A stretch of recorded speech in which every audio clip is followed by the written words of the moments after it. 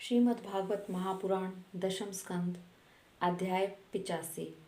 श्री भगवान के द्वारा वसुदेव जी को ब्रह्म ज्ञान का उपदेश तथा देवकी जी के 6 पुत्रों को लौटाना।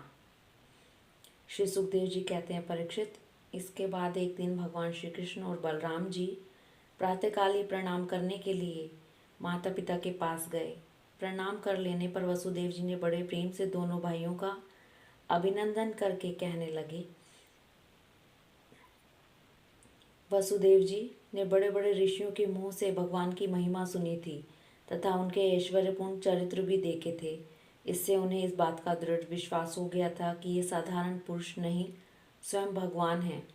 इसलिए उन्होंने अपने पुत्रों को प्रेम पूर्वक संबोधित करके यूं कहा, सच्चिदानंद स्वरूप श्री कृष्ण, महायोगीश्वर संकर्षण, तुम दोनों सनातन हो। मैं जानता हूँ कि तुम दोनों सारे जगत के साक्षात कारण स्वरूप प्रधान और पुरुष के भी नियामक परमेश्वर हो।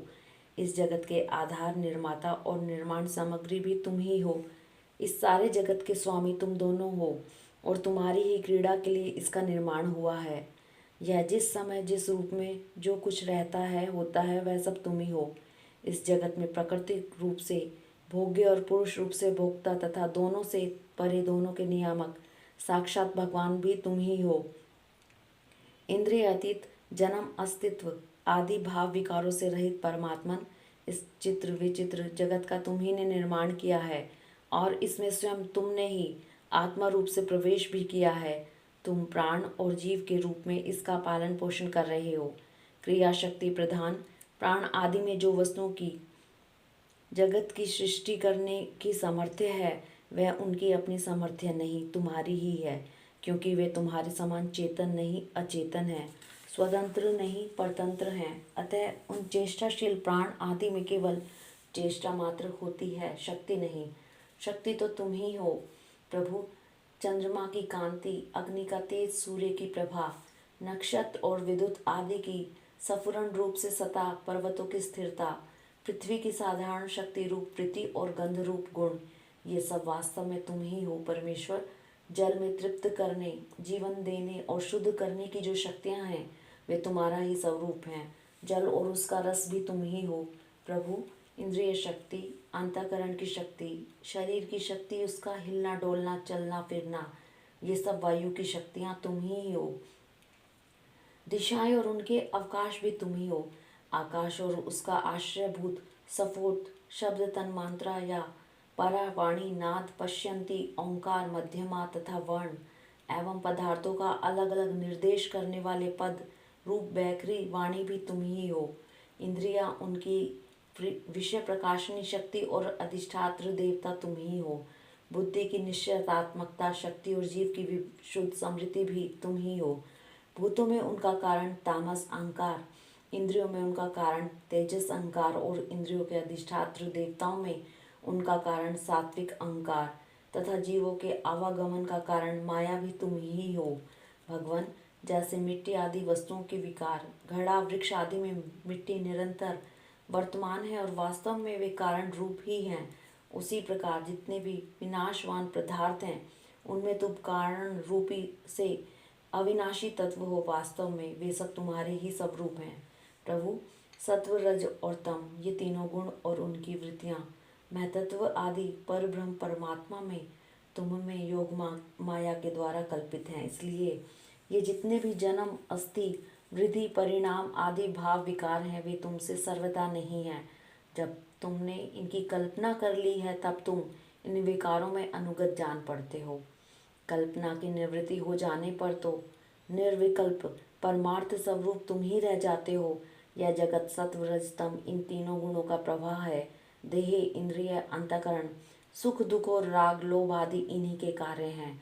इनमें जो अज्ञानी तुम्हारा सर्वात्मा का सूक्ष्म स्वरूप नहीं जानते, वे अपने देह अभिमान रूप अज्ञान के कारण ही कर्मों के फंदे में फंसकर बार बार जन्म मृत्यु के चक्कर में भटकते रहते हैं।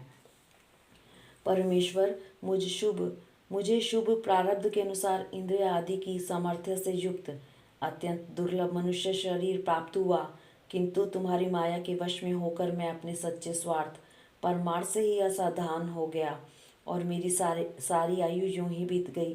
प्रभु, यह शरीर मैं हूँ और इस शरीर के संबंधी मेरे अपने हैं। इस अहमता एवं ममता रूप स्नेह की फांसी से तुमने इस सारे जगत को बांध रखा है। मैं जानता हूँ कि तुम दोनों मेरे पुत्र नहीं हो, संपूर्ण प्रकृति और जीवों के स्वामी हो। पृथ्वी के भारभूत राजाओं के नाश के लिए ही तुमने अवतार ग्रहण किया है। यह बात तुमने मुझसे कही भी थी। इसलिए 3 जनों के हितैषी शरणागत वत्सल, मैं अब तुम्हारे चरण कमलों की शरण में हूँ, क्योंकि वे ही शरणागतों के संसार भय को मिटाने वाले हैं। अब इंद्रियों की लोलुपता से भर पाया, इसी के कारण मैंने मृत्यु के ग्रास इस शरीर में आत्मबुद्धि कर ली, और तुम में जो कि परमात्मा हो पुत्र बुद्धि। प्रभु, तुमने प्रसव गृह में ही हमसे कहा था कि यद्यपि मैं अजन्मा हूँ, फिर भी मैं अपनी ही बनाई हुई धर्म मर्यादा की रक्षा करने के लिए प्रत्येक युग में तुम दोनों के द्वारा अवतार ग्रहण करता रहा हूँ। भगवान, तुम आकाश के समान अनेकों शरीर ग्रहण करते और छोड़ते रहते हो। वास्तव में तुम अनंत एक रस सत्ता हो। तुम्हारी आश्चर्यमयी शक्ति योग माया का रहस्य भला कौन जान सकता है। सब लोग तुम्हारी कीर्ति का ही गान करते रहते हैं। श्री सुखदेव जी कहते हैं, परीक्षित, वसुदेव जी के ये वचन सुनकर यदुवंश शिरोमणि भक्त वत्सल भगवान श्री कृष्ण मुस्कुराने लगे। उन्होंने विनय से झुककर मधुर वाणी से कहा, भगवान श्री कृष्ण ने कहा, पिताजी, हम तो आपके पुत्र ही हैं। हमें लक्ष्य करके आपने यह ब्रह्म ज्ञान का उपदेश किया है। हम आपकी एक एक बात युक्ति युक्त मानते हैं।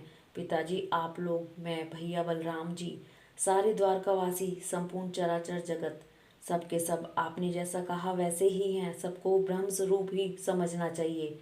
आत्मा तो एक ही है, परंतु वह अपने में ही गुणों की सृष्टि कर लेता है, और गुणों के द्वारा बनाए हुए पंचभूतों में से एक होने पर भी अनेक, स्वयं प्रकाश होने पर भी दृश्य, अपना स्वरूप होने पर भी अपने से भिन्न, नित्य होने पर भी अनित्य और निर्गुण होने पर भी सगुण के रूप में प्रतीत होता है।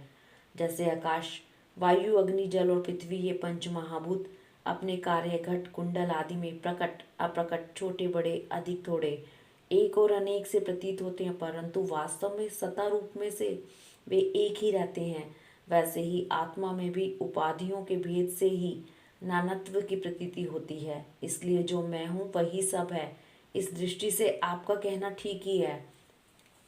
श्री सुखदेव जी कहते हैं, परीक्षित, भगवान श्री कृष्ण के इन वचनों को सुनकर वसुदेव जी ने नानात्व बुद्धि छोड़ दी। वे आनंद में मगन होकर वाणी से मौन और मन से निसंकल्प हो गए। कुरुक्षेत्र उस समय वहाँ सर्वदेवमयी देवकी जी की भी बैठी हुई थी। वे बहुत पहले से ही यह सुनकर अत्यंत विस्मित थी कि श्री कृष्ण और बलराम जी ने अपने मरे हुए गुरुपुत्र को यमलोक से वापस ला दिया। अब उन्हें अपने उन पुत्रों की याद आई जिन्हें कंस ने मार डाला था। उनके स्मरण से देवकी जी का हृदय आतुर हो गया, नेत्रों से आंसू बहने लगे। उन्होंने बड़े ही करुणा स्वर से श्री कृष्ण और बलराम जी को संबोधित करके कहा, लोकाभिराम राम, तुम्हारी शक्ति मन और वाणी के परे है। हे कृष्ण, तुम योगेश्वरों के भी ईश्वर हो। मैं जानती हूँ कि तुम दोनों प्रजापतियों के भी ईश्वर आदि पुरुष नारायण हो। यह भी मुझे निश्चित रूप से मालूम है कि जिन लोगों ने कालक्रम से अपना धैर्य, संयम और सत्वगुण खो दिया है तथा शास्त्र की आज्ञाओं का उल्लंघन करके जो स्वेच्छा परायण हो रहे हैं, भूमि के भारभूत उन राजाओं का नाश करने के लिए ही तुम दोनों ने मेरे गर्भ से जन्म लिया है। विश्वात्मन, तुम्हारे पुरुष रूप अंश से उत्पन्न हुई माया से गुणों की उत्पत्ति होती है, और उनके लेश मास से जगत की उत्पत्ति, विकास तथा प्रलय होता है। आज मैं सर्वा अंतकरण से तुम्हारी शरण हो रही हूँ। मैंने सुना है कि तुम्हारे गुरु संदीपनी जी के पुत्रों को मरे हुए बहुत दिन हो गए हैं। उनको गुरु दक्षिणा देने के लिए उनकी आज्ञा तथा काल की प्रेरणा से तुम दोनों ने उनके पुत्र को यमपुरी से वापस ला दिया। तुम दोनों योगीश्वरों के भी ईश्वर हो, इसलिए आज मेरी भी अभिलाषा पूर्ण करो। मैं चाहती हूँ कि तुम दोनों मेरे उन पुत्रों को जिन्हें कंस ने मार डाला था ला दो, और उन्हें मैं आंख भर कर देख लूँ। श्री सुखदेव जी कहते हैं, परीक्षित, माता देवकी जी की यह बात सुनकर भगवान श्री कृष्ण और बलराम दोनों ने योग माया का आश्रय लेकर सूतल लोक में प्रवेश किया। जब दैत्यराज बलि ने देखा कि जगत के आत्मा और इष्ट देव तथा मेरे परम स्वामी भगवान श्री कृष्ण और बलराम जी सूतल लोक में पधारे हैं, तब उनका हृदय उनके दर्शनों के आनंद में निमग्न हो गया। उन्होंने झटपट अपने कुटुंब के साथ आसन से उठकर भगवान के चरणों में प्रणाम किया।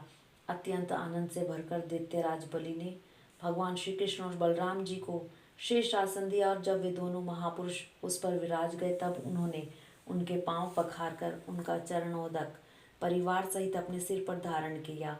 भगवान के चरणों का जल ब्रह्म पर्यंत सारे जगत को पवित्र कर देता है। इसके बाद दैत्यराज बलि ने बहुमूल्य वस्त्र, आभूषण, चंदन, तांबूल, दीपक, अमृत के समान भोजन एवं अन्य विविध सामग्रियों से उनकी पूजा की और अपने परिवार, धन, शरीर आदि को उनके चरणों में समर्पित कर दिया।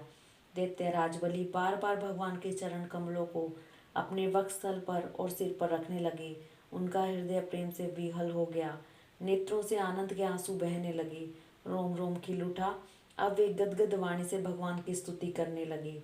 दैत्यराज बलि ने कहा, बलराम जी, आप अनंत हैं, आप इतने महान हैं कि शेष आदि सभी विग्रह आपके अंतर्भूत हैं। सच्चिदानंद स्वरूप श्री कृष्ण, आप सकल जगत के निर्माता हैं। ज्ञान योग एवं भक्ति योग दोनों के प्रवर्तक आप ही हैं। आप स्वयं ही पर ब्रह्म परमात्मा हैं।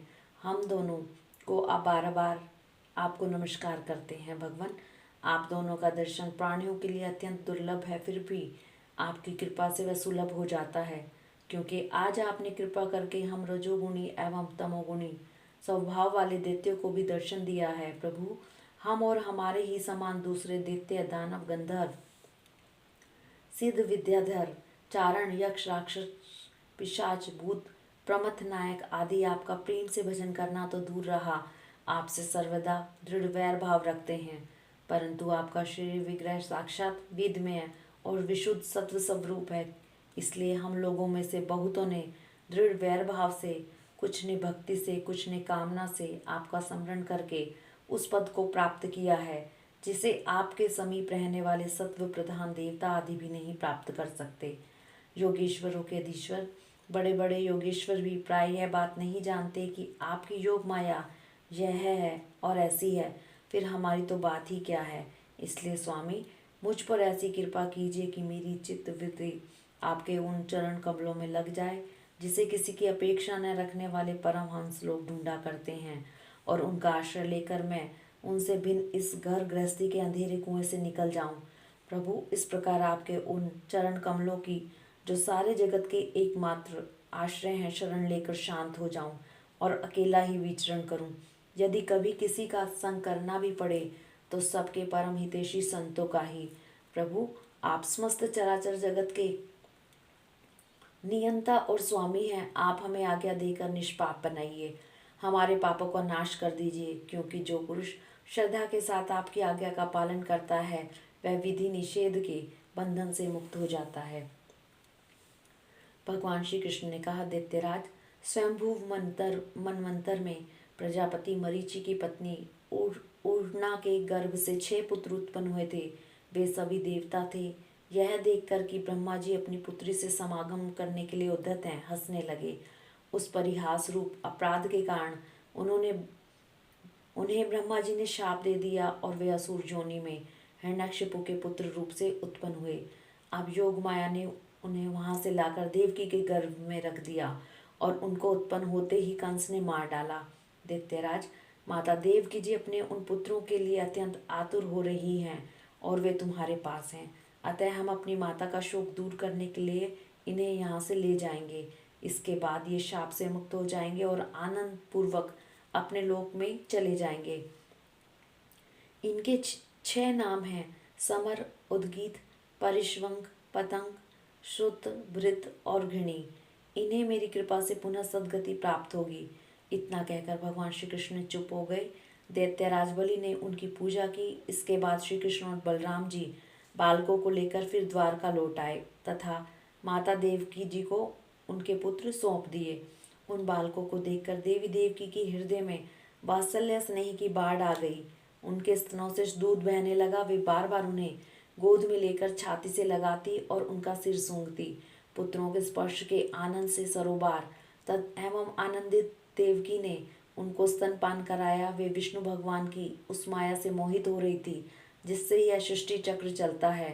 परीक्षित, देवकी जी के स्तनों का दूध साक्षात अमृत था। क्यों न हो, भगवान श्री कृष्ण जी जो उसे पी चुके थे, उन बालकों ने वही अमृतमय दूध पिया। उस दूध के पीने से और भगवान श्री कृष्ण के अंगों का स्पर्श होने से उन्हें आत्म साक्षात्कार हो गया। इसके बाद उन लोगों ने भगवान श्री कृष्ण, माता देवकी, पिता वसुदेव और बलराम जी को नमस्कार किया। तदंतर सबके सामने ही वे देवलोक में चले गए। परीक्षित, देवी देवकी यह देखकर अत्यंत विस्मित हो गई कि मरे हुए बालक लौट आए और फिर चले भी गए। उन्होंने ऐसा निश्चय किया कि यह श्री कृष्ण का ही कोई लीला कौशल है। भगवान श्री कृष्ण स्वयं परमात्मा है, उनकी शक्ति अनंत है। उनके ऐसे ऐसे अद्भुत चरित्र इतने हैं कि किसी प्रकार उनका पार नहीं पाया जा सकता।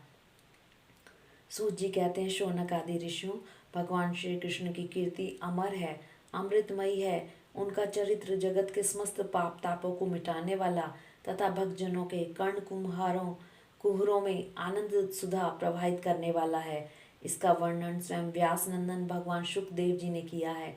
जो इसका श्रवण करता है अथवा दूसरों को सुनाता है, उसकी संपूर्ण चित्तवृत्ति भगवान में लग जाती है और वह उन्हीं के परम कल्याण स्वरूप धाम को प्राप्त होता है। हरि ओम तत्सत।